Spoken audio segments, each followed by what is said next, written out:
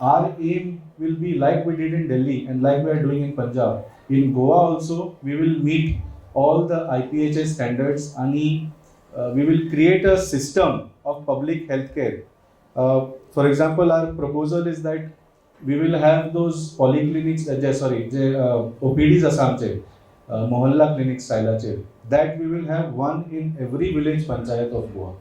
I think that is required. कमीच कमी एक तरी क्लिनिक एका एका पंचायतीन आसूंक जाय आनी ह्या क्लिनिकान तुमकां जनरल फिजिशियन मेळटलो, बेसीक टेस्ट्स मेळटले आनी मेडिसिन्स मेळटले.